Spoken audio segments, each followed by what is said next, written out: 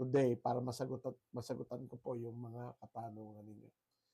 So, I hope I'm coming in loud and clear. Ano po? And, ayan. I am a new follower and subscriber po. I'm an aspiring leader po. What are the things should I need to know? And the quick answer to that, JM, is a lot. It's going to be a lifelong journey for you as an aspiring leader. Ako po ay 55 years old this year, and I'd like to think that I'm still learning, and I continue to be curious. I still don't know everything. I still struggle about leadership from time to time. Yung po kasing challenge natin sa leadership is itong lahat ng leadership theories and leadership concepts na nakikita natin, na naririnig natin sa mga kagaya kong resource speakers or facilitators, is that sometimes when we talk about leadership and leadership techniques, no, or leadership styles, sometimes it feels like they apply in all situations, but in reality, they do not. They only apply in some situations.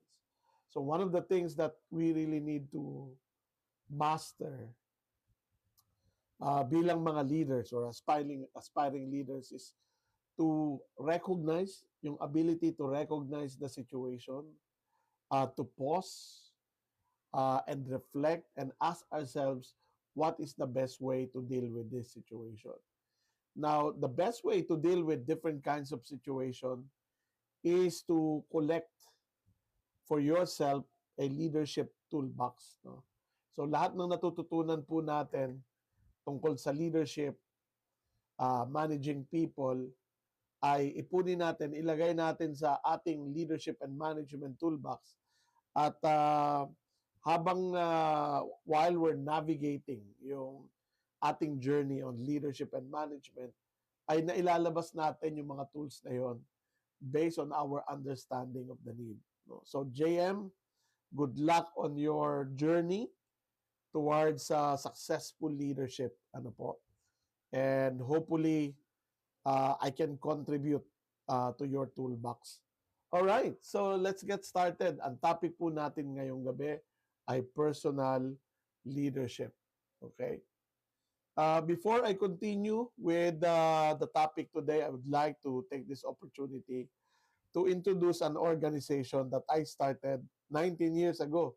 Kaka-celebrate lang po namin May 10 ng aming 19th anniversary, you know. And so we're 19 years in service. We've worked with various organizations, both in the private and public sector, helping organizations build teams of high-performing individuals. Ano? Sabi ni Roger, magkakaiba kasi araw-araw ang sitwasyon at pangyayari. No? Okay, I agree with that. Okay? Alright, so, ayan. Kung kaya yung pinag-aralan mo ngayon as a leader, oo, yes, kailangan nag-a-adjust tayo. A little bit of information about yours truly. I'm the CEO of ExecuServe. In 2024, I was the president of the Philippine Society for Talent Development, a professional, an organization of professional talent development practitioners. And I continue to serve as one of the leaders in that organization. At ito po yung aking profile. And last year, I wrote a book based on the research and experience that I've gathered over the years. No? Ang title po ng libro ay Aba, Bossing Ka Na Pala. Ayan. And the book is still available. If you're interested, pag pinuntahan niyo po yung aking profile dito sa TikTok, ay makikita po niyo yung link sa yung order form, ano, dito sa libro na Aba, Bossing Ka Na Pala. I wrote the book to provide Filipino context to, international or universal concepts and theories on leadership and management. Feeling ko kasi meron tayong uniqueness in our culture na kailangan nating i-consider, no? And ginawa ko po, sinulat ko siya in Taglish para damang-dama natin, no? at unawang-unawa nating mga Pilipino yung mga challenges natin bilang leaders, whether you're a supervisor or a manager, and know how to deal with them. All right? So, tingnan po ninyo kung kung ano ang may sasagot nyo dito sa mga tanong na ito. Una, and hopefully one of the motivations for you to join me tonight, no?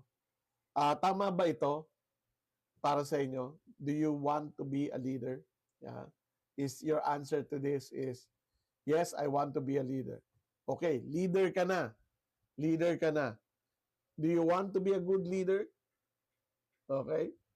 So, syempre, you can be an average, run-of-the-mill leader, and you can still be a good leader, no? Okay, hindi lahat ng leaders ay good. Sometimes yung leaders, they're just leaders in title. So I hope that you want to be a good leader. That's why you're here. And even better, if you want to be a better leader. Okay. Uy, ang ganda ng tanong. How to make someone a leader po? The quick answer is through coaching and mentoring, no? Particularly mentoring. So be a mentor and help people become a leader. And siguro one of the things that we will cover in the future is mentoring. No?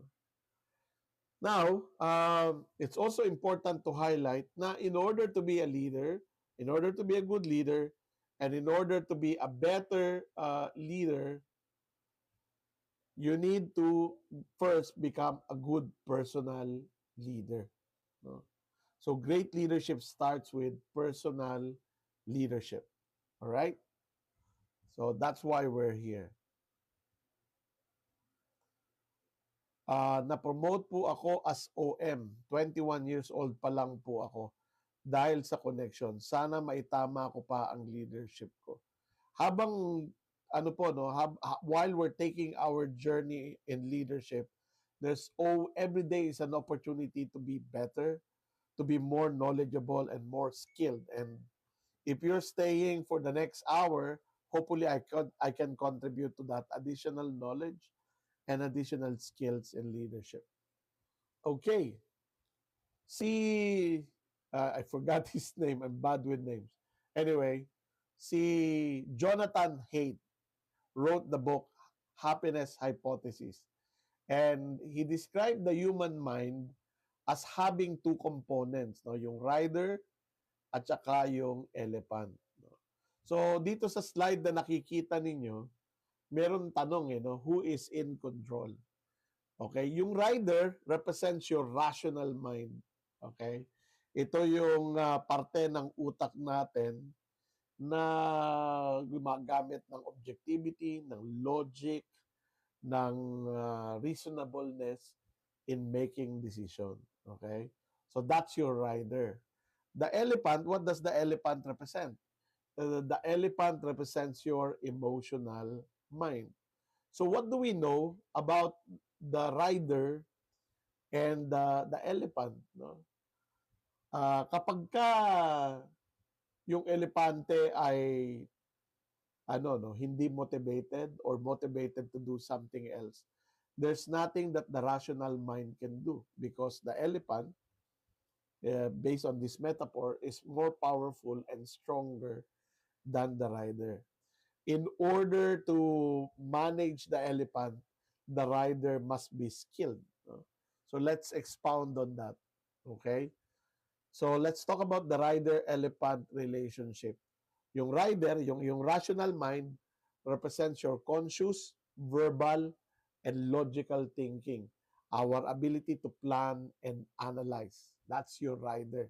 So that's the part of you that controls your decisions, your actions. No? Now, your elephant, so you're both this you by the way, you are both this entity, no? Pareho tayong ito. The elephant represents our emotional mind, no? It symbolizes automatic, instinctive and emotional processes. Okay? So it represents the vast majority of our mental activity. It is impulsive, di ba? Kapag ka nagda-diet ka, pero masarap yung inihain sa harapan mo, Sino yung nasusunod? Yung rider ba or yung elephant, no? Six instant gratification, okay, and provides the drive. Yan. So, ano yung power imbalance? The rider holds the reins, no? Ideally, the rider is in control, that they are tiny compared to the six-ton elephant, no? So, in a conflict, the emotional automatic self almost always defeats the rational self. Let's come up with examples for that. Diba? Kagaya ng sabi ko kanina, sabi mo, I'm going to stay fit. I'm going to wake up in the morning and jog. Paggising mo sa umaga, pakiramdam mo, inaantok ka pa, napapagod ka pa, hindi pa kumpleto ang yung tulog, and you decide, bukas na lang. So, sino ang nasunod? Yung rider or yung elephant. Right? Merong nagdadrive ka, merong nag-cut off sa'yo sa traffic, no? At inis na inis ka, galit na galit ka, gusto mong habulin, gusto mong saktan, ano, yung naningit sa'yo sa traffic. Okay? Now, the rider needs to be in control of that situation because if the elephant gets in control, ang katumbas nun ay road rage, di ba? So, in this session, our goal specifically is to strengthen the rider in order to manage the elephant, di ba? Kasi the elephant, yung ating emotional mind is very powerful, but if we know how to hold the reins, kung kaya nating kontrolin ng elephant, we can achieve a lot of things. Sabi ni Roger, pwede po ba na mas malaki ang EQ mo sa leader? Actually, hindi lang dapat pwede, kailangan na mas malaki ang yung emotional quotient, no? Saan po ba ang mas okay na leadership, yung mabait o stricto na leader? Okay. Ano po bang ibig sabihin natin ng mabait? Yung nice? Oo. Kasi iba yung kind, iba yung nice, di ba? Kung ang ibig sabihin nyo ng mabait is kind, okay, yung kind leader at saka yung strict na leader are both kind. They can both be kind, ano? Pwede bang mabait o sige, ganito na lang. Pwede bang stricto ka at saka nice ka at the same time? Madalas iniisip natin it should either left or right, good or bad. Pero yung mabait at saka stricto ay hindi opposite. Okay? Pwede kang stricto at saka mabait at the same time. Right? Kasi kung iniisip mo sa stricto ay naninigaw, namamahiya ng mga tao, hindi stricto ang tawag doon. Ang tawag doon, bastos na leader. Di ba? Manhid at walang pakialam na leader. Okay? Stricto ka, mahigpit ka, mataas ang iyong standard, but also at the same time, mabait ka. So people respect you. Okay? I think that's something that we will cover today, and I hope you find this session beneficial. Okay, let's move along. Okay. Ano ba ang mga challenges? Bakit maraming taong hirap na hirap i-master yung elephant, no? Master the self. Unang-unang challenge natin ay yung tinatawag nating overcoming our comfort zones, di ba? Kasi marami tayong mga bagay na nakasanayan kung paano gawin. And I've met a lot of people, leaders in particular, na ayaw nang magbago ng kanilang leadership style. Ayaw nang i-extend yung kanilang sarili. So, ang naririnig ko sa kanila, ito talaga ako eh. Ito lang ang kaya ko. No? So, that's a challenge, right? Overcoming your comfort zone. Kailangan kaya mo lumabas, makarating ka dun sa uncomfortable zone because the uncomfortable zone is your learning zone. That's where you learn, di ba? Next is managing self-doubt and negative self-talk. So marami ring mga tao ang they self-criticize, they do self-pity, naaawa sila sa sarili nila at mababa yung kanilang tingin sa sarili. So madalas naririnig natin sa kanila itong salita na ito, no? Hindi ko kaya yan. Hindi ko yan kayang gawin. Hanggang dito lang ako. Because they have so much doubt in themselves, and it's very difficult to become an effective leader if you have too much self-limiting beliefs, no? Ayan. The third challenge is building and maintaining discipline. Sobrang hirap po nito, no? Personally, I can attest to this. I have to manage, excuse me, I have to manage my health. I need to maintain work-life balance. Okay? And then meron akong mga iniisip na dapat ito yung gawin ko. I need to discipline myself. I need to keep myself in control. Pero ayun, bukas na lang, next week na lang, saka na lang. No? So we often sacrifice yung important but not urgent to important and urgent. So, sinasabi natin, wala tayong time. This is the best timing. Saka ko na lang gagawin. So, that's a problem. Okay? Ito pa yung isa, kung bakit hirap din tayo, dahil takot tayo magkamali. No?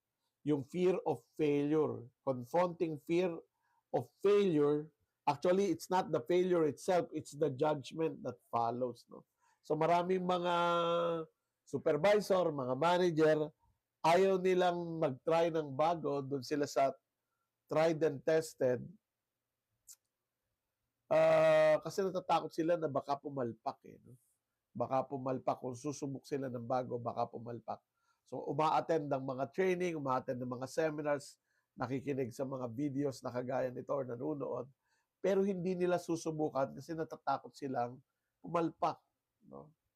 And then finally, breaking free from external validation. So, minsan natatakot tayong baguhin yung sarili natin because we're afraid na hindi magugustuhan ng mga taong nasa paligid natin yung bagong tayo. No? Kasi we are always seeking validation. So, in order to master ourselves, we need to overcome our comfort zones. We need to get outside a bit. We need to manage our self-doubt.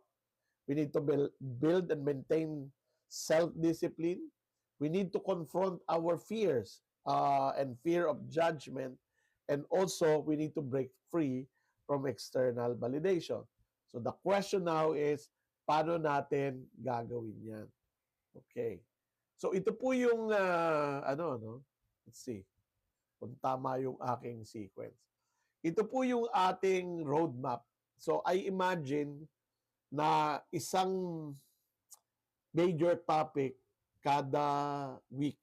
So it looks like this is going to be the whole month of May and a few weeks of June, no? Depende po sa pacing natin. And for you to appreciate this, let me zoom it in, okay? So we are going to cover first clarifying self-awareness. Oy, balik. Mali yung kanyang ano. Ayan. Dito po tayo. So, tonight, most likely, this is what we're going to cover, no? So I'm realizing just now that this is going to be more than 5 weeks, no? Of 1 hour every Monday. Kasi yun lang po talaga yung afford ko na i-invest na time. If I will have more time, I will pre-announce it. So we're going to talk about the Johari window and how you can use this knowledge to broaden your arena. We're also going to do some action tendency mapping.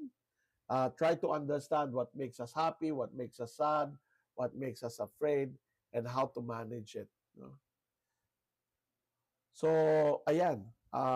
Use tools like Johari window and action tendency mapping to see and understand yourself more clearly. Identify your values, your goals, your strengths, and areas for growth. Yan, i-cover po natin yan. So mukhang ito pa lang ay 2 session na, no? Yung second module po natin is, ayan, medyo nahihirapan po ako mag-control. Teka, balik tayo. Okay. Yung susunod po natin na topic is about strengthening your self-management or self-control. So, in this topic, we will learn how to manage our mindset and our internal conversation. Kinakausap niyo po ba yung sarili ninyo? Importante yun, ano? Kinakausap natin yung sarili natin. Pero pag kinakausap natin yung sarili natin, ano sinasabi natin? Di ba? Okay. Ano to? Sir, need ba natin ma-obsess on grown and values what you have po? Ako, hindi ko po masyadong naintindihan. Paki-retype na lang po yung comment. Practice reframing negative self-talk and disputing unhelpful beliefs. No? Yung pag sinabi mong hindi ko kaya or baka pumalpak, how do you reframe that so that you empower yourself rather than disempower yourself? No? Discover strategies to manage your emotional triggers. Oo. Discover strategies to manage emotional triggers and stay focused on goals. Tandaan po natin, if you're a leader, a lot of people depend on you to deliver.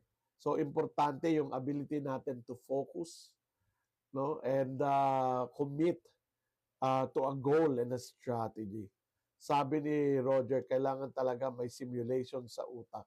Uh, Kapag ka-leader ka. And I completely agree. So thank you po sa nagbibigay ng gift. Sana po ay huwag kayong magsawa at malaki po na itutulong yan sa akin. Alright, so those are the first two. Let's take a look at the next topics that we're going to cover. Parang sa overview pa lang, ubos na yung oras natin. Ano? Pasensya na po at ito lang ang kaya kong oras as of today. No? So number 3 is about adopting a growth mindset. Okay? Recognize where you may have a fixed mindset and shift to learning-oriented behaviors. Minsan, meron tayong pangarap na nananatiling pangarap na lang kasi meron mga bagay na kailangan nating matutunan na natatakot tayong subukan. So we need to talk about that. Embrace challenges as opportunities to grow and develop resilience. That's going to be part of our agenda.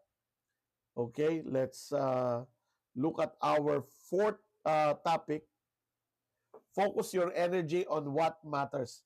One of the most important skills that anyone needs to really develop and strengthen. At madalas may problema tayo dito is focusing your energy on what matters. Ang pinaka maigsing word na pwede nating matandaan is to prioritize. Our ability to prioritize. In this topic, we're going to talk about the Eisenhower matrix. No, how do we prioritize? How do we focus on the important but not urgent? How do we plan proactively and align our daily actions with our personal vision? Ayan. And then finally, uh, practice social awareness and relationship skills. Okay? So, what are we going to cover here? How do we build trust with others? Now, so we're going to look into Stephen Covey's emotional bank account and how to keep a rich emotional bank account with others. Recognize and demonstrate behaviors of strong team players. Okay? So if you're a leader, not only should you be a good team leader, you should also be a good team player. Uh, Ayan. You mean growth and value. Okay. And practice communication skills that build alignment and partnership, including managing up. Ngayon, yung managing up is something that we've covered several weeks back. No? So siguro i-recap natin yun. Sabi ni Nathan, grabe, nakaka-excite yung series of topics. Kahit 5 weeks abutin, okay lang. I will always stay tuned. Yes, thank you, thank you. So yes, so ayan, yan po yung ating magiging agenda for this series, ano? And hopefully mabantayan nyo po. Kung gusto nyo pong makuha yung mga recording nito, I suggest that you follow me on YouTube kasi doon ko naman sa YouTube pinopost yung buong recording per hour, no? But if you want to get the presentation slides and the toolkits that I provide to my subscribers, go to my Facebook page, Edwin C. Ebreo, and then subscribe to my group. Oh, kasi hindi po lahat ng nagfa-follow sa akin sa Facebook nakakakuha ng mga materials kasi po may bayad yung subscription, which is just 99 pesos per month. Pero you get something new every week. So sulit na sulit po 'yon, no? Ayan. Sabi ni Nathan, I really suggest na mag-subscribe. Laking tulong ng toolkits na gagamit ko na sa team ko. Uy, Nathan, balitaan mo ko if you experience some success with the tools or kung meron kang struggles, feel free to ask me questions doon sa ating group and I'll be more than happy uh, to share some thoughts with you. My presentation po kayo for leadership program currently been promoted to handle some individuals. Ang suggestion ko po, sorry medyo it sounds like nagbebenta ako pero totoo yun, nagbebenta ako, is tingnan nyo po yung libro kong Aba, Bossing Ka Na Pala because it's complete. No? Marami po kayong makukuha doon. Alright. So, let me siguro ito yung magiging coverage natin for tonight. Doon sa actual na training na kinakanda ko ay merong self-assessment. So I'm going to use this opportunity for you to reflect on your own personal awareness, your own self-control, and social awareness. No? So let's start with knowing myself. I want you to think about whether, ask yourself, is this a strength for me? Okay, is this a strength for me or is this an area for improvement? Okay, let's start with knowing myself. Okay, let me highlight. Simulan natin dito, no? So one of the indicators that you have strong self-awareness is this. I can identify what I am feeling and why I'm feeling it. Di ba? Hindi mo sinasabing, parang ang lungkot ko ngayong araw. Hindi ko alam kung bakit. Bakit kaya wala ako sa mood? Hindi ka ganon, ano? Kung natutuwa ka, alam mo kung bakit. Kung masaya ka at maganda ang iyong araw, you know why, di ba? At kung nagagalit ka, alam mo kung bakit. That's a first sign of self-awareness. You recognize your emotion and you know why. Kasi you cannot control, I don't know if you will agree with me, but you cannot control what you don't recognize. Tama ba? Kung hindi mo naiintindihan yung nararamdaman mo, kung bakit mo yan nararamdaman, and if it's a negative emotion, how do you manage that if you don't understand it? Okay? Yung susunod na competency in self-awareness is ito. Okay? I notice how my emotions affect my words, decisions, and actions. Kapag ka nagagalit ka ba, nare-recognize mo ba how that affects how you say things, di ba? Minsan kasi nakakasakit tayo, hindi natin alam di ba? Oo. Meron tayong mga sinasabi na hindi na pala nakakatulong sa kapwa natin because we are unaware, no? So a good personal leader recognizes na okay, ito yung nararamdaman ko at kapag ako yung nagagalit, ito yung nasasabi ko. That leads to managing that emotion, no? So yan. I have something on my lips. I don't know what's on my lips. Okay, that's number 2. Number 3 is I know the situations that usually trigger strong reactions from me. Okay? Alam mo kung ano yung kinaiinisan mo. Alam mo kung anong kinatutuwa mo. Alam mo kung anong kinatatakutan mo. Alam mo kung ano yung nakaka-excite sa'yo. Okay? Alam mo yung mga bagay na para sa'yo ay nakakahiya. Di ba? Yan. The things that you regret, alam mo kung ano nagtitrigger sa'yo. Di ba? So, yun yung no? Yun yung number 3. I know the situations that usually trigger strong reactions from me. Okay? If you understand your action tendency, it's easier to control and manage it. Okay? So, yun yung pangatlong competency. Yung pang-apat, ito, importante. I am aware of my strengths and how they help me at work. Okay? Meron po ba sa inyong nag-take na nung self-assessment na tool? It's called Strengths Finder. Ilalagay ko po sa comments, ha? Strengths Finder. Ayan. So, this is a good book to read. Let me see if I have the book here. Okay, this is the book. Okay, it's called Strengths Finder. Yep. And meron itong self-assessment tool na kasama, and it will help you recognize anong strengths meron ka, no? But these are just strengths themes, no? Pwede rin kasing ang strength mo ay yung skill, okay? Anong klaseng skill ang meron ka, okay? At ilang klaseng skill ang meron ka, at paano mo nagagamit sa trabaho yung mga skills na yon. You are aware, no? Yan. May bayad kaya di makapag-take. Opo eh.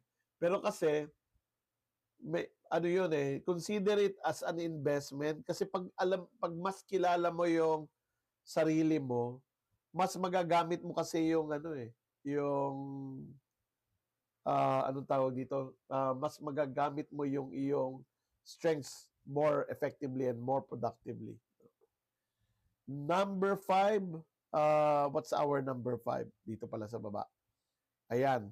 So kung aware ka sa iyong strength, you must also be aware of your weaknesses, and how they may affect other people. So ito, lagi kong sinasabi to sa mga kasama ko sa trabaho, so that they can help me with this, no, yung mga members ng aking team. Ang isa sa aking weakness ay malilimutin ako. Di ba? Malilimutin ako eh. So they have to remind me para, halimbawa, kung napapansin nila nakalimutan ko yung pinagagawa ko sa kanila o yung ipinangako ko, they are encouraged to remind me. Di ba?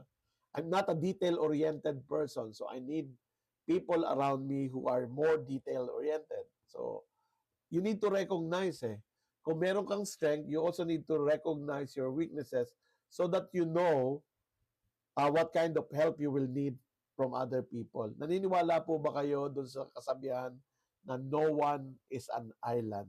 Diba? Kailangan natin ng tulong ng mga tao na kapaligid sa atin. Kaya lang, paano tayo hingi ng tulong kung hindi natin naiintindihan yung ating sarili? Okay. Nag-take na ako ng Strengths Finder. Explain po yung, paki-explain. Naku, nandoon po yung explanation sa sa result. Kung nag-take na kayo nung nung self-assessment, ando doon po yung basahin nyo lang. And ang suggestion ko po ay itong libro na to, kasi meron tong detailed explanation ng inyong strength. No? Saan po makakabili ng inyong libro? If you're talking about this book, no, yung bossing ka na pala, if you're talking about this book, ay diyan po sa aking profile, makikita nyo po yung link. Or follow me on Facebook so that I can provide you the order form. Ayan. Alright. And then finally, I am open to feedback that can help me understand myself better. Why is this important? In a perfect world, kilalang-kilala natin yung sarili natin. But in reality, maraming mga bagay na nadidiscover ng ibang tao tungkol sa atin na hindi natin alam. Ano yung sabi? Feedback is the breakfast of champions, di ba? So kung gusto mong maging successful, if you want to continue to win in life, you must welcome feedback from others. So yun po, no? Yung 6 na competencies on knowing yourself. Okay? So I can usually identify what I'm feeling and why I'm feeling it. I notice how my emotions affect my words, decisions, and actions. I know the situations that usually trigger strong reactions from me, and I am aware of my strengths and how they help me at work. Also, I am aware of my weaknesses and how they may affect other people, and I am open to feedback that can help me understand myself better. Ayan. So, alin po dito ang strengths ninyo at alin dito ang inyong areas for improvement? That's part of self-awareness. Try to recognize, no, ang inyong strengths at ang inyong areas for improvement. Okay? So, yan. Knowing myself. Yung susunod ay managing yourself. Okay?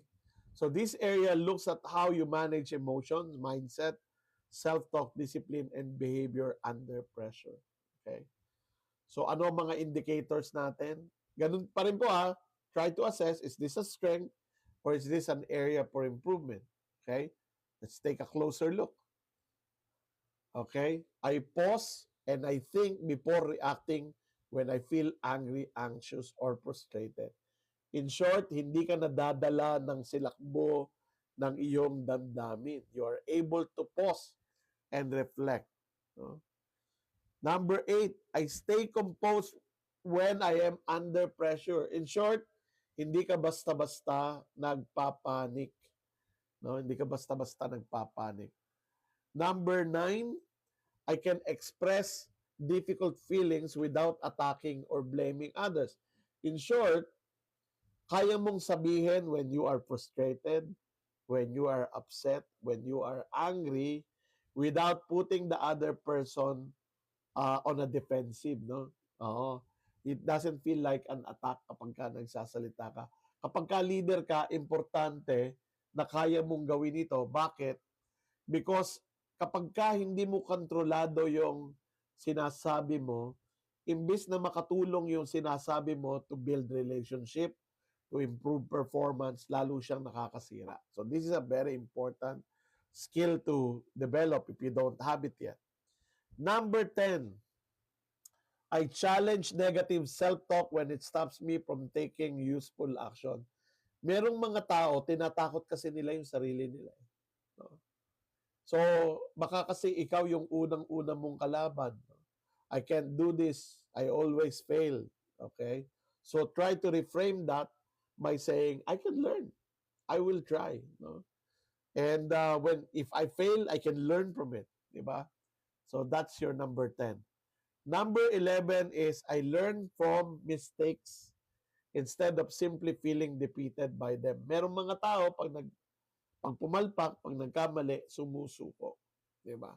So, dapat hindi sinusukuan ang challenge. No? And then finally, number 12, ito ay napaka-importante because people's trust and confidence depends on this. I keep my commitments even when the task becomes difficult or inconvenient. In short, hindi ka palaayaw. Di ba? Merong mga tao pag nahirapan, ayaw na eh. Di ba? So, ayan po yung managing myself. Okay, so strong self-management helps you stay intentional, resilient, and reliable under pressure. That's managing the self. Okay, wow. Managing my priorities. Ayan. Tingnan nyo rin po uli. Assess po tayo uli. Alin dito ang strength at alin dito ang area for improvement. I can distinguish between what is truly important and what only feels urgent. In short, kaya nating mag-prioritize. Kung ano ba yung importante, hindi yung urgent.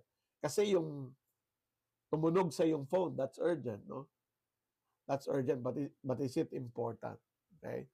Number 14, okay, I make time for important but non-urgent work such as planning, learning, preparation, and relationship building. Isama na po dyan yung health, di ba? Yung ating health. Ito yung mga bagay na importante. Is planning important? Yes. Is it urgent? Madalas, bukas na lang. Learning is important, pero nadidi-prioritize, di ba? Preparation for what's ahead, di ba? Relationship building. Isama mo na nga yung health. These are all important but not urgent. But if you don't work on it, let's say for example, health na lang. I'm at this age no of 55 na nararamdaman ko na and I'm already starting to regret yung mga pinagpabukas ko when I was younger, no? Ganun eh, pagka bata ka pa, akala mo immortal ka eh, di ba? Lahat pinagpapabukas mo. Lahat ay sinasabi mo, kaya mo. Sige, kain ka ng kain ng mga matataas ang cholesterol. Bata ka pa naman eh, di ba? Sige, huwag ka mag-exercise. Bata ka pa naman. Right? Healthy ka pa naman. Hindi naman mataas ang blood pressure mo. Things like that. Ano? But eventually, if you deprioritize them, eventually sisingaling ka nila and then it becomes urgent for you. Di ba? So that's very important. Number 14 is very important. Number 15, I organize my work so I can meet deadlines and commitment. In short, hindi ka lang effective, efficient ka rin. No? Nakakapag-plano ka, nakakapag-schedule ka, hindi ka kung ano lang yung madampot mo, yun lang ang ginagawa mo. I manage distractions so they do not control my whole day. Ito ang current challenge natin sa panahong ito. Ano po? Sobrang dami ng distractions. I mean, you have something very important to do and then you get distracted by your phone, you know, by Shopee, by Lazada, no, at kung ano-ano pa man yan na advertisement na ipinipresent sa'yo because the algorithm recognizes that you'll be interested. Yan yung number 16. Okay. Maybe even this live is an algorithm for you, di ba? Number 17, ito, problema ng marami ito. I avoid accepting more commitments that I can realistically handle. So this is your ability to say no when you feel like saying yes will cause you to fail to deliver. No? So you try to manage your commitment. You don't end up having too much to handle. That's very important. And then, take proactive steps to prevent recurring work problems. No? So in short, hindi naririnig sa iyo yung ang tagal na namin problema yan eh, hindi namin nasosolve. So you're very good at solving problems so that they don't recur. So yun po yung managing priorities. No? Strong priority management helps you stay focused, proactive, and reliable in the work that matters most. Okay? And then we have working well with others. Okay, ito na po yung last, working well with others, no? So this area looks at your ability to build trust, communicate respectfully, collaborate and manage working relationship, including your relationship with your boss, no? So, ano sabi, parang galing sa habit 1. You're talking about 7 habits of highly effective people. You put first things first. Actually, when you look at the 7 habits of highly effective people by Stephen Covey, at saka yung emotional intelligence and personal mastery, you will see a lot of overlaps because they're talking about the same things. No? Okay, so let's zoom in on this. Number 19, marunong kang makinig. No? Maraming mga tao ang marunong duminig. We can hear, but we can't listen. Magkaiba yung dalawang bagay na yun. Ano? Magkaiba yung naririnig sa nakikinig. So a good a personal leader knows how to listen. We know how to clarify expectations to avoid misunderstanding. We build trust by keeping commitments and following through. Okay? So reliable, dependable tayo. Okay? Nothing builds stronger trust than that. And marunong tayong mag-handle ng disagreements and conflicts, no? We are respectful. We solve issues without damaging the relationship. O kung ikaw yung klase ng tao na kapag ka may problema, nagkakasaulian ng kandila, so medyo mali yun, ano? Okay. So, kaya natin dapat na engage in respectful discussion, even if we have different beliefs or our beliefs conflict with each other. We should be able to uh, build or maintain the relationship. Number 23 is I provide updates and raise concerns before they become bigger problems. Uh, so communication is the key. And then finally, I try to understand my boss's priority. If you have a boss, we'll talk about, towards the end of this series, we'll talk about the different people who contribute to your career success and how to deal with them. So yan po yung working well with others. So working well with others helps you build trust, reduce misunderstanding, and strengthening partnership at work. No? So, siguro po ganito ang gagawin ko, no? Abangan nyo po sa aking page, sa Facebook page, at isi-share ko po itong apat na slides na ito to help you with your self-assessment. Ano po? Ayan, just to help you with it. But I cannot give the whole slide because that is for my loyal subscribers. Ano po? So, doon po sa ating subscribers, I'm going to give them a toolkit so that they can identify their development agenda. No? So, knowing myself, managing my priorities, and working with others. Kayo, pwede nyo rin pong sagutin ito eh. Alin dito sa mga shinare ko sa inyo ang nakikita nyong strengths at area for improvement at ano ang personal benefits of improving. Okay? So I'm just a few slides away from ending tonight's session because I want to cover personal mastery and emotional intelligence. No? Okay.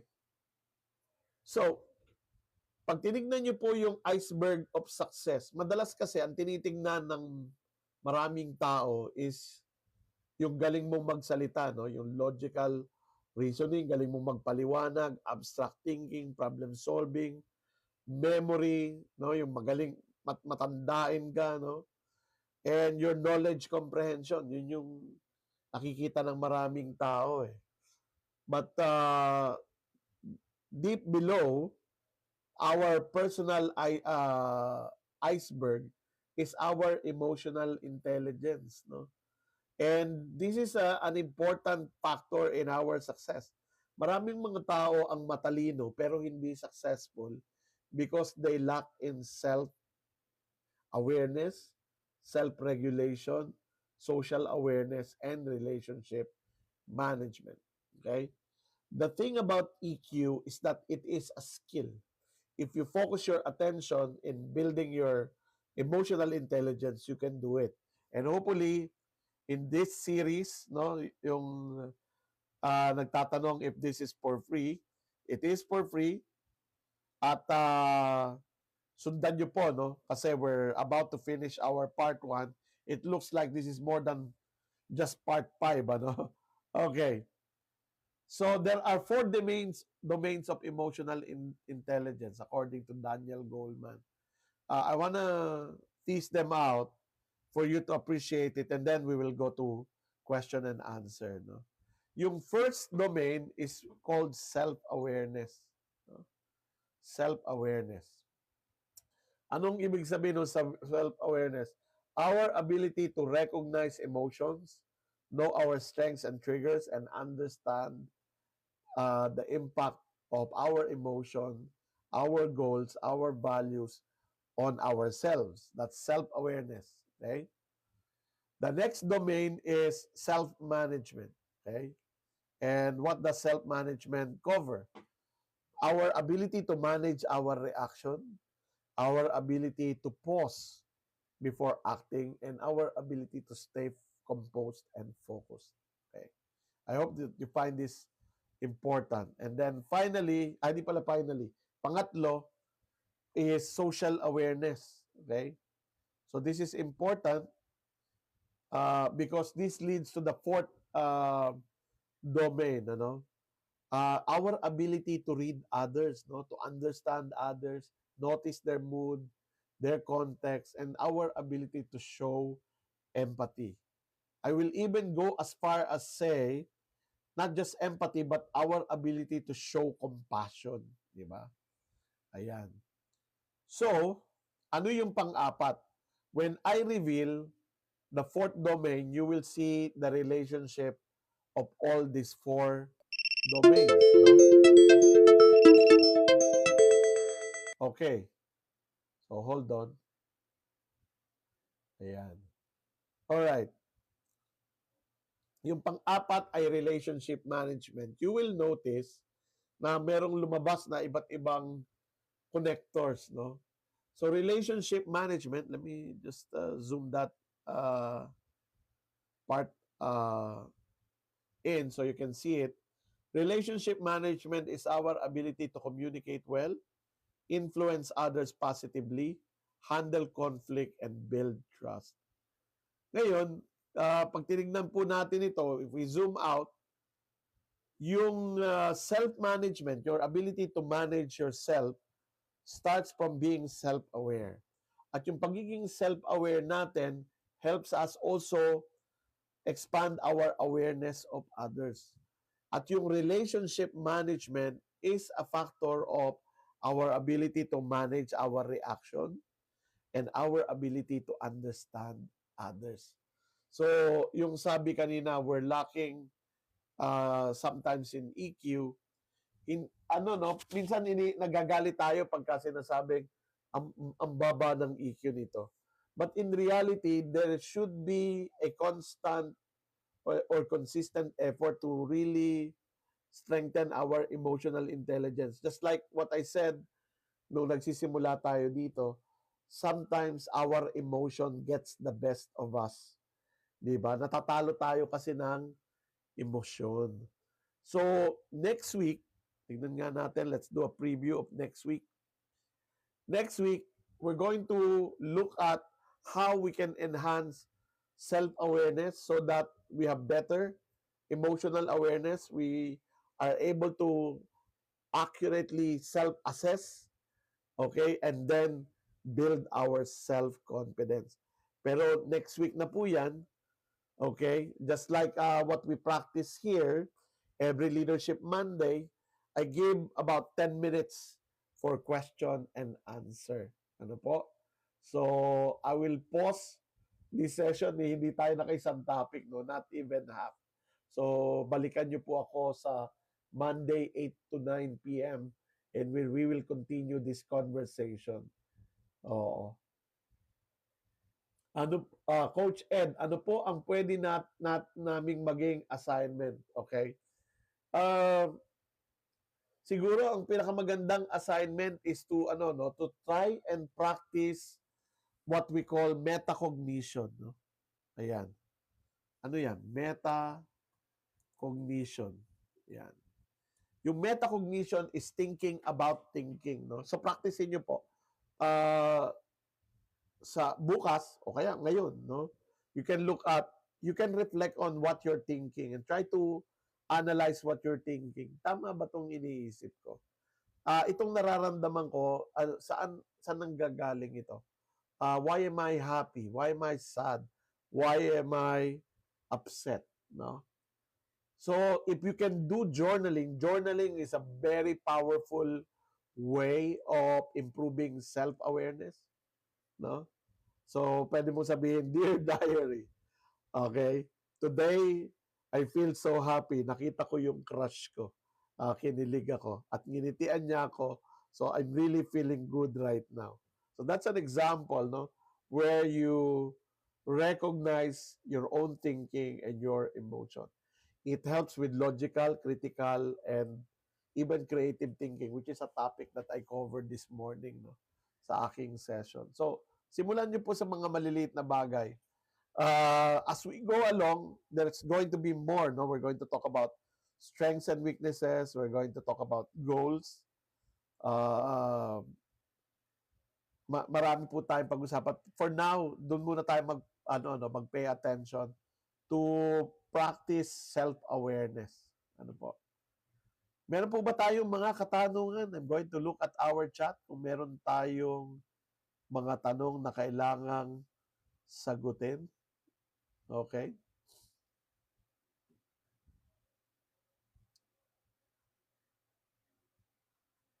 Ah, wala mukhang no. Thank you for the appreciative comments po. Maraming maraming salamat po. I really appreciate it when you find value in what I'm talking about. No? Salamat po ng marami. Paano po niyo po na-manage yung emotion ninyo, sir? I think this is a very good question. So let me be honest with you, no, Jay. I'm still in the process of mastering my emotion. And this is something that we will cover a few weeks from now, dahil this is going to be a series, is pausing. No? Kapag ka nararamdaman ko, so try to recognize, if I'm being upset, I need to recognize that I'm upset. I'm upset. I might say something that I will regret. Okay, so pause. So what is the best way? What is the most productive way of speaking, di ba? Or acting? So sisimulan mo po talaga sa self-awareness. Okay? But kung hindi kasi tayo nagpo-pause, dire-diretso no? Halimbawa, nainis ka, hindi ka nag-pause. Inis ako. Justified yung aking inis. I will act based on that inis. And then you end up regretting yung sinabi mo, no? And there are still times, I have to be honest, that there are still times when I regret what I say. Oo. And then, of course, the best way to deal with that when you regret what you say is to tell yourself to avoid doing that again. No? Uh, kaya, ano po kaya ang magandang coping mechanism kung namamanhid na po ako sa lahat ng bagay po araw-araw? Okay. Ang hirap nung no? Ang hirap nun, Oo, yung sometimes pakiramdam mo nai-immune ka na sa lahat ng mga adversities and challenges na na-experience mo sa araw-araw. I think a lot of Filipinos are experiencing the same thing. Okay? Ako, damang-dama ko yan every time magbabayad ako ng tax. Dahil nakikita ko kung saan napupunta yung tax na binabayaran ko. And sometimes you just have to tell yourself na, no? Wala ka namang magagawa. It's important na ma-maintain natin yung tinatawag nating agency, no? Yung self-control. Meron mga bagay na dapat nating i-ignore at may mga bagay na hindi. So, importante, this is something that we will cover in the coming days. Alamin mo kung ano yung importante at saka hindi importante sa'yo. So that you can ignore the things that are worth ignoring and focus on the things that are actually important. No? Ano nakatulong yun? Coach Ed, how to avoid wrong judgment for self-awareness? How to know if I am doing it wrong? Okay? Ang hirap, kasi lalo na kung, because we all have our cognitive biases, may mga biases tayo. Kaya malaking bagay ang meron kang kaibigan na level-headed, no? Ito po yung, kung meron akong may papayo sa inyo, umanap kayo ng kaibigan na level-headed, no? Yung mahinahon, at kayang magsabi sa iyo ng totoo. So if you feel uncertain, about the decision you're going to make, it helps, anong tawag doon? Call a friend, no? Call a friend. Kasi we will not always make the right decisions. Even if we have strong self-control, sometimes we don't have a full understanding of the implication of what we're going to do. So it helps na meron kang kaibigan na level-headed, objective, hopefully matalino, mabibigyan ka ng wisdom, ano? Ayan. How do you lead personnel or colleagues who are older than you? Meron po akong isang word na kailangan po nating tandaan. Ano yon? Respect. Oo. Respect people's experience, respect their insight, listen to them, consult them, but make the decision yourself. No? Just because you are consulting them, just because you are showing respect and you're trying to listen to them, doesn't mean susundin mo lahat ng gusto nilang mangyari. Kasama sa respeto yung pagpapaliwanag ng decision na ginagawa nyo, not only for your older colleagues, but also to your younger colleagues. Kasi yung mga Gen Zs po, they like explanation, they like the why, they're curious about the why. Ganito ang gawin natin, bakit, di ba? So yan, explaining your decision to people regardless of their age is a form of respect. It's a good leadership practice, no? To show respect to everyone. How do you fight your emotion? Don't fight your emotion. Learn how to process it effectively. For example, ang leader ba bawal magalit? Hindi. Kung leader ako at galit ako, dapat may paalam ko sa mga taong kailangan malaman na galit ako. But there's a right way and a wrong way of expressing your anger. No? Kapag naninigaw ako at pinapahiya ko yung mga tao ko to express my anger, is that effective? Hindi, di ba? So what do? I call for a meeting. I explain why I'm angry. I explain what I'm upset without shouting, without blaming, without attacking people. I will talk about my expectation that is not being met and why I'm upset. And I'm going to give people a way to solve it by asking them, how do we solve this problem? Diba?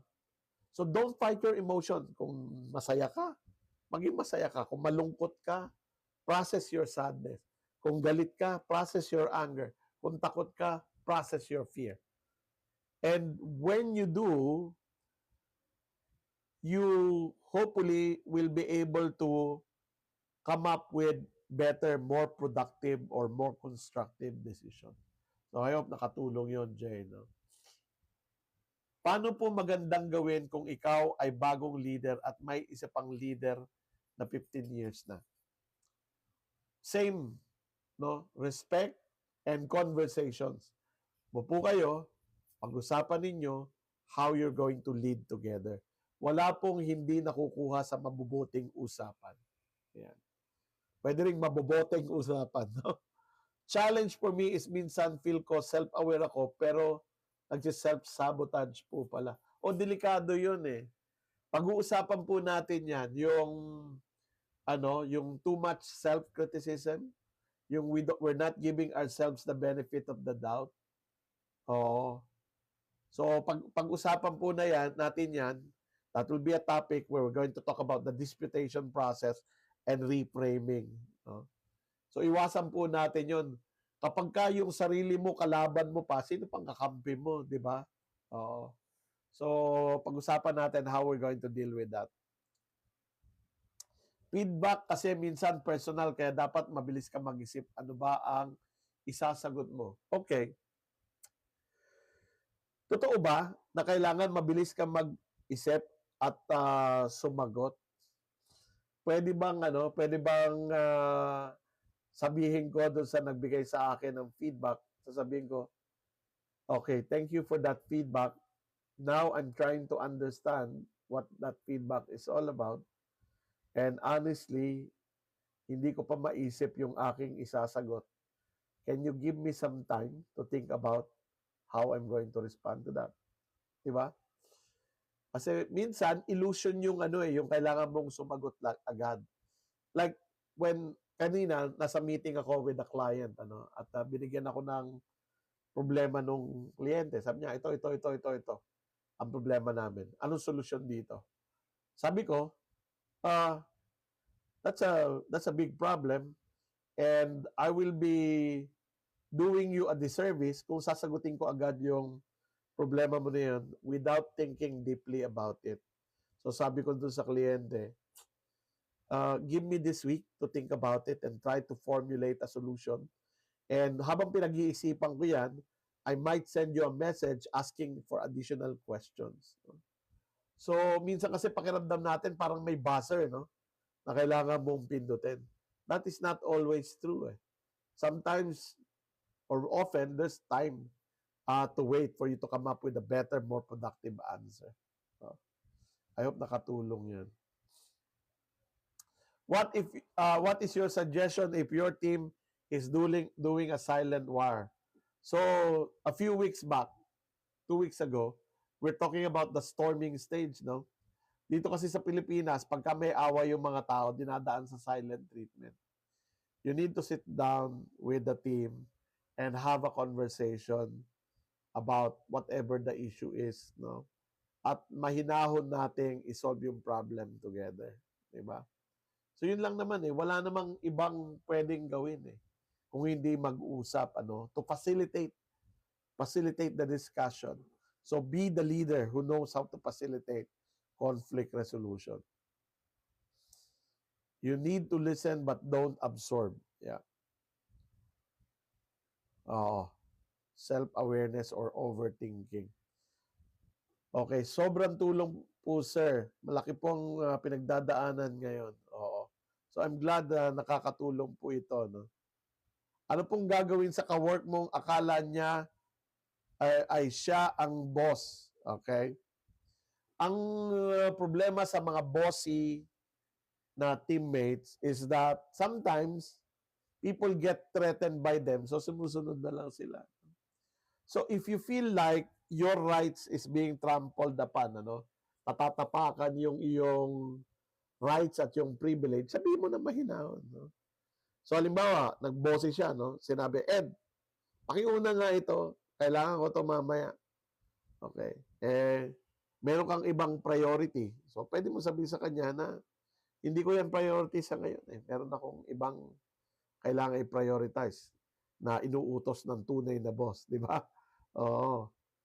Ngayon, as a good team player, which is also a topic that we're going to cover in this series, as a good team player, kung kaya mong tumulong, tumulong ka. Kung hindi ka available, you should be able to say it. Oo. Kasi pag nilabel mo kasi yung mga tao na ito, pasaway ito, lahat na nang sasabihin ito, masama. Hindi na kayo magiging teammates na, no? Magiging magkaaway na kayo.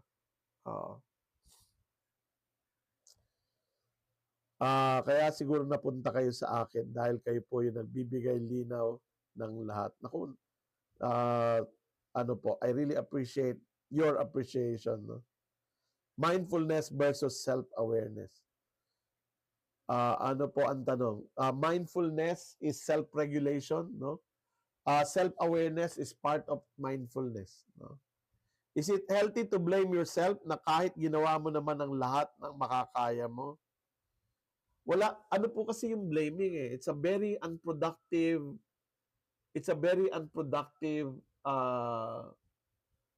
action, no? So meron kang ginawa, hindi maganda yung naging resulta, it's normal to be sad, no? And frustrated. No? Meron ako sinubukan, ginawa ko naman yung best ko, hindi ko na-achieve, no? So I'm sad about that. Ngayon, how do we reframe it? Okay?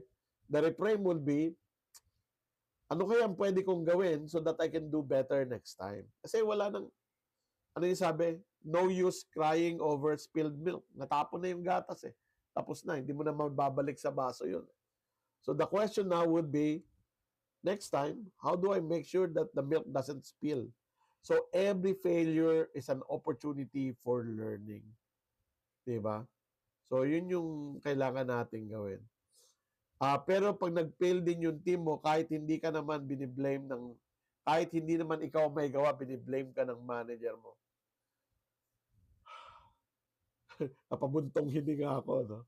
Kasi marami kasing mga leaders ang underdeveloped Maraming mga managers. Blaming is a very useless action. Hindi lang sa pagbe-blame sa sarili, also blaming others. Kapag ka manager ka na at mahilig ka pa rin manise, ibig sabihin nun, hindi ka nagmamature sa iyong management skill. O kasi wala, useless yun eh. Ang dapat mong gawin as a manager is kapag ka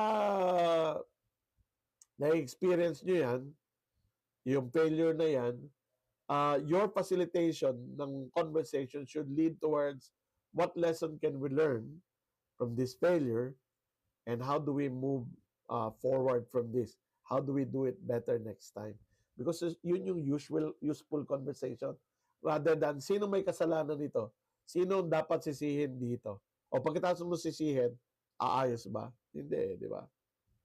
So focus on the problem, not the person. Paano po gagawin kapag may mga employee na non-performer? Meron pong policy ang kumpanya. So, ano ang mga pwede mong gawin? Non-performer, kinoach mo ba? Tinrain mo ba? Inalam mo ba kung bakit siya? Kasi maraming reason kung bakit non-performer ang isang tao. One, wrong fit. Hindi siya bagay doon sa trabaho. Second, motivation. Okay? Bagay siya sa trabaho, kulang sa motivation. Have you coached the person? Does the person need counseling? Okay, kulang sa alam yung tao. Mentoring, training. Kulang sa equipment or tools yung tao. Kulang sa suporta. Provide support, di ba? Ngayon, kung binigay mo yung tama ang pagkaka-hire mo, tama naman yung coach, yung mentor, no? You try to develop the person, hindi nagre-respond, palpak pa rin. Meron tayong performance improvement plan, no? So you ask the person to improve. Ano na 'yon, ultimatum na yung performance improvement plan. Pero you are not without a choice. At some point in the future, kung yung tao ay hindi nag-i-improve despite all your efforts, then you will have to let go of the person. But please follow the due process. Di ba? Follow the due process. Oo, kasi meron tayong batas na sinusunod. Okay, huwag tayong gumagaya doon sa mga taong hindi sumusunod sa batas. Anong dapat gawin sa mga taong hindi madalas sumusunod sa policy? Now you see it, now you don't.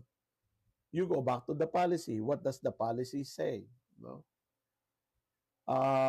Minsan masunod, may times na hindi lalo reporting. Ayun. It's very important that we understand the rules of the company and know how to implement it. No? So ano po I'll probably stop 5 minutes from now. Okay, tatapusin ko lang po itong mga tanong na ito because we are over time. No? Self-reflection, being accountable, learn today, improve tomorrow. Yes. Oo. Okay. Meron po mga nakakasingit na no? Na mga rage baiters. Okay, wag na lang natin pansinin. Meron po akong katrabaho, ako ang sinisisi niya kasi lagi siyang napapagalitan. Akala niya sinusumbong siya. Ang solusyon lang naman po doon is kausapin. Make it clear na hindi ka nagsusumbong kung ano yung totoo. No? Okay. So meron pong mga tanong na hindi malinaw sa akin so hindi ko na po sasagutin. Well, it looks like I've answered all the questions today, no? What time po kayo usually nag-start ng live sa lecture nyo po? 8:00 po ng gabi. So, paki-mark nyo na lang po every Monday at 8 p.m. to 9 p.m. Tapos, ayan, nagpapasobra ako ng mga 10 to 15 minutes to answer questions. But for tonight, I think we have to call it a night. May training pa po ako bukas. Maraming salamat po sa inyong mga katanungan, no? At I hope na nakatulong ako sa aking sagot. Karamihan po ng aking sagot ay opinion, okay? At yung mga opinion na yon ay base sa limited understanding ng inyong situation. So, ang akin lang pong masasabi bago tayo maghiwa-hiwalay, tingnan nyo po kung angkop sa inyong sitwasyon yung payo na binibigay ko. No? Because at the end of the day, lahat po tayo ay accountable sa decision at action na ginagawa natin. So tune in again next Monday from 8 p.m. to 9 p.m. We're going to talk about personal leadership on our next Leadership Monday. Salamat po ng marami. Thank you. That ends our session for tonight. See you next Monday. At sa akin po mga subscribers, punta po kayo sa aking Facebook, Edwin C. Ebreo na page. At doon po kayo mag-subscribe. At makikita nyo po yung lahat ng presentation at toolkits ko for the month of April at yung binubuo natin for May. Mada-download nyo po sila lahat. Okay? So, I hope na maging kapakipakinabang sa inyo yung relationship na nabibuild natin through this TikTok Live. Salamat po. Salamat. And good night. That ends our session. Okay, good night. Bye-bye.